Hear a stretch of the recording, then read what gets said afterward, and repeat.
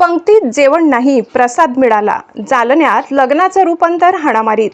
पंक्तीत जेवणावरून राडा, पोलिसांची एंट्री, तिघांविरुद्ध गुन्हा दाखल, आरोपी फरार. शुभमंगल सावधानचे सूर उमटल्यानंतर जिथे आनंदाचे वातावरण असायला हवे होते, तिथे अवघ्या काही वेळातच हाणामारीची धक्कादायक घटना समोर आली आहे.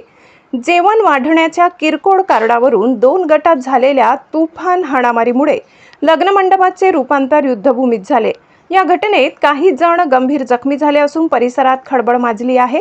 जालना जिल्ह्यातील बदनापूर तालुक्यातील राजेवाडी येथे 10 मे 2026 रोजी गणेश भानुदास लोखंडे यांचा विवाह सोहळा मोठ्या थाटामाटात पार पडला. दुपारी अक्षता पडल्यानंतर पाहुणे आणि वराडी जेवणासाठी पंक्तीत बसले होते. सायंकाळी 5:30च्या सुमारास जेवण वाढण्यावरून नवरीकडील मंडळी आणि वराडी यांच्यात किरकोळ बाचाबाची झाली. सुरुवातीला शाब्दिक असलेली ही चकमक इतकी विकोपाला गेली की दोन्ही गट एकमेकांवर तुटून पडले.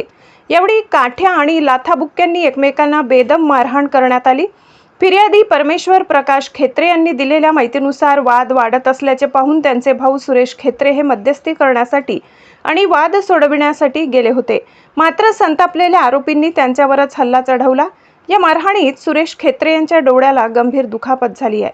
त्यांना तातडीने जालन्यातील खासगी रुग्णालयात उपचारासाठी दाखल करण्यात आले.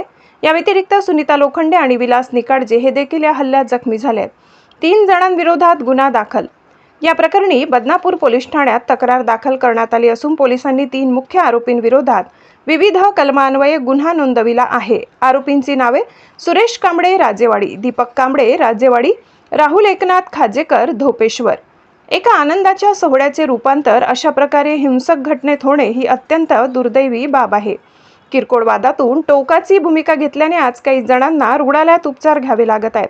पोलीस या प्रकरणाचा सखोल तपास करत असून दोषींवर कडक कारवाई केली जाईल. या घटनेमुळे राजेवाडी परिसरात तणावाचे वातावरण असून लग्नातील या राड्याची चर्चा संपूर्ण जिल्ह्यात रंगली आहे. पोलीस आता या प्रकरणाचा अधिक तपास करत असून फरार आरोपींचा शोध सुरू आहे.